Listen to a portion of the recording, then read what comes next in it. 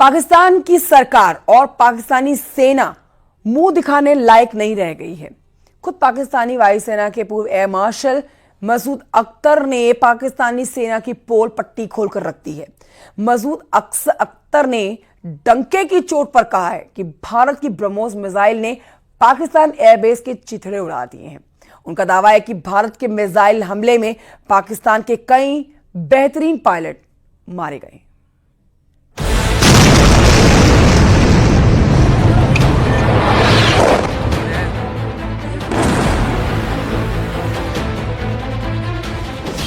पूर्व air marshal Masood Akhtar का बड़ा खुलासा।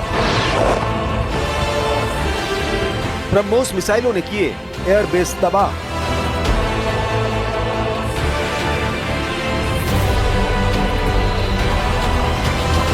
पहलगाम हमले का बदला भारत ने आतंकियों के खिलाफ शुरू किया था, लेकिन पाकिस्तान को लगता था कि उसके परमाणु बम और चीन एयर डिफेंस सिस्टम के खौफ से भारत कभी भी पाकिस्तानी एयरबेस पर हमला नहीं कर पाएगा। लेकिन उसके बाद जिस तरह से भारतीय सेना ने बिना एलओसी पार किए पाकिस्तान में मौजूद 12 एयरबेस में से 11 एयरबेस को उड़ाया है, उससे पूरे पाकिस्तान में मातम छा गया है। हैरानी की बात तो यह है कि पाकिस्तान भारत पर हमला करने से पहले परमाणु जंग की सीधी धमकी दे रहा था। वही पाकिस्तान अब 4 दिन से परमाणु बम का पा भी नहीं बोल पा रहा है। ऐसा लगता है कि भारतीय सेना के भीषण हवाई हमलों से पाकिस्तान के परमाणु बम पेंसिल बम बनकर रह गए हैं। हम आपको दिखाने जा रहे हैं कि 15 ब्रह्मोस सुपरसोनिक क्रूज मिसाइलों ने कैसे चीन और तुर्की के हथियारों को चकमा देते हुए पूरे पाकिस्तान में कोहराम मचाया है। हम आपको दिखाने जा रहे हैं कि 4 दिन में पाकिस्तान की हार अब खुद पाकिस्तान के टॉप अफसर क्यों मना रहे हैं। क्यों पाकिस्तान के पूर्व एयर मार्शल मसूद अख्तर ये कहने को मजबूर हुए हैं कि ब्रह्मोस मिसाइल ने पाकिस्तानी सेना को बचने तक का मौका नहीं दिया है। 15 ब्रह्मोस ने उड़ा दिए पाकिस्तान के 11 एयरबेस।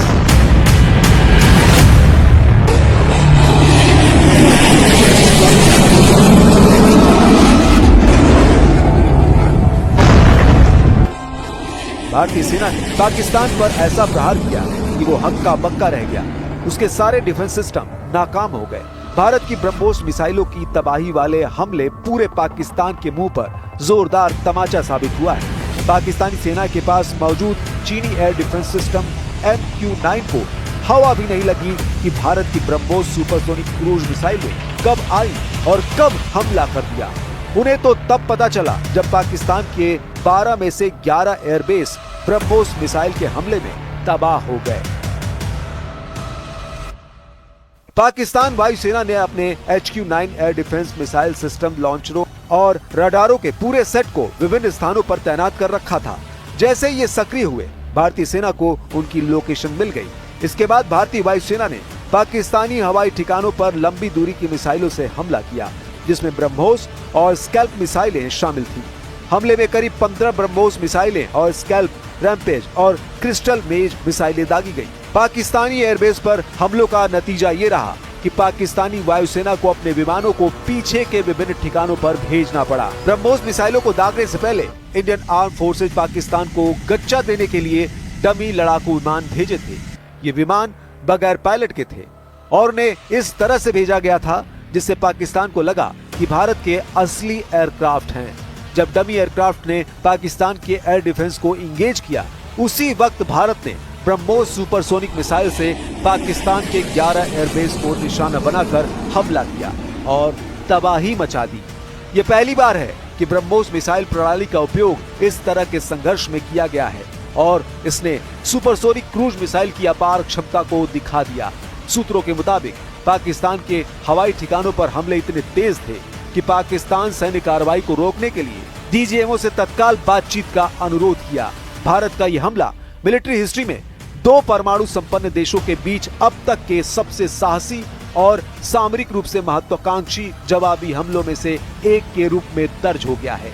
9 और 10 मई की मध्यरात्रि को भारतीय वायुसेना ने 12 पाकिस्तानी एयरबेस में से 11 पर हमला किया।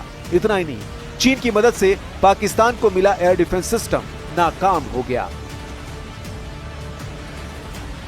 भारतीय वायुसेना के लिए सिर्फ 23 मिनट या काफी थे पाकिस्तान की सरजमी पर पल रहे आतंक के अजगर को कुचलने के लिए, और वह आपने करके दिखाया।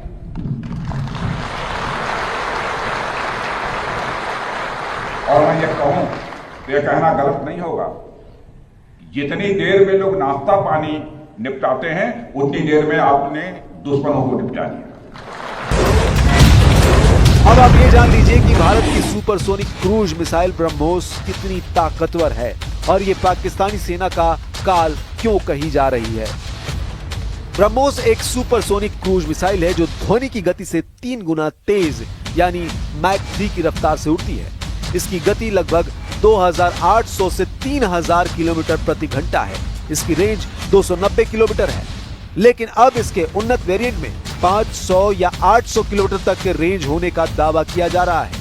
ये 200 से 300 किलोग्राम उच्च विस्फोटक हथियार ढोने में भी सक्षम है। ये 15 किलोमीटर तक की ऊंचाई पर उड़ान भर सकता है और जमीन से 10 मीटर की ऊंचाई तक वार कर सकता है। इसे फायर एंड फॉरगेट सिद्धांत का पालन करने के लिए डिजाइन किया गया है। एक बार लॉन्च होने के बाद इसे किसी और गाइडेंस या इनपुट की आवश्यकता नहीं होती है। इस मिसाइल का रडार सिग्नेचर बहुत कम है और इसकी तेज रफ्तार की वजह से इसे रोकना विशेष रूप से कठिन होता है। ब्रह्मोस की गति इसे दुश्मन के रडार से बचने में मदद करती है, जिससे पाकिस्तान को जवाब देने का समय नहीं मिला। ये मिसाइल सटीक निशाना लगाती है, जिससे भारत आतंकी ठिकानों को नष्ट कर सके बिना आम लोगों को नुकसान पहुंचाए। इसे कई तरह के प्लेटफॉर्म से लॉन्च किया जा सकता है, जैसे सुखोई 30 विमान जो ऑपरेशन सिंदूर में इस्तेमाल हुए हैं। पहला 7 मई और दूसरा 10 मई को। दूसरे चरण में भारत ने लगभग 15 ब्रह्मोस मिसाइलें दागी, जिन्होंने पाकिस्तान के 11 एयरबेस पर प्रहार किया। इसमें रफीकी, मुरीद, नूर खान, अटैक हुआ है नूर खान बेस पे, रहीम यार खान, सुक्कूर और चुनिया यानी कसूर शामिल थे। इसके अलावा बासरूर और सियालकोट में रडार को भी निशाना बनाया गया।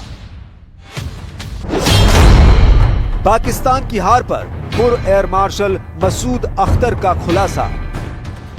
ऑपरेशन सिंदूर के दौरान भारतीय सेना ने अपने सटीक हमलों से पाकिस्तान के रावलपिंडी में स्थित नूर खान एयरबेस को तबाह कर दिया था, जिससे पाकिस्तान में खलबली मच गई है। पाकिस्तान से आ रही रिपोर्ट्स के मुताबिक अब पाकिस्तानी सेना के जनरल हेडक्वार्टर को रावलपिंडी से हटाया जाएगा।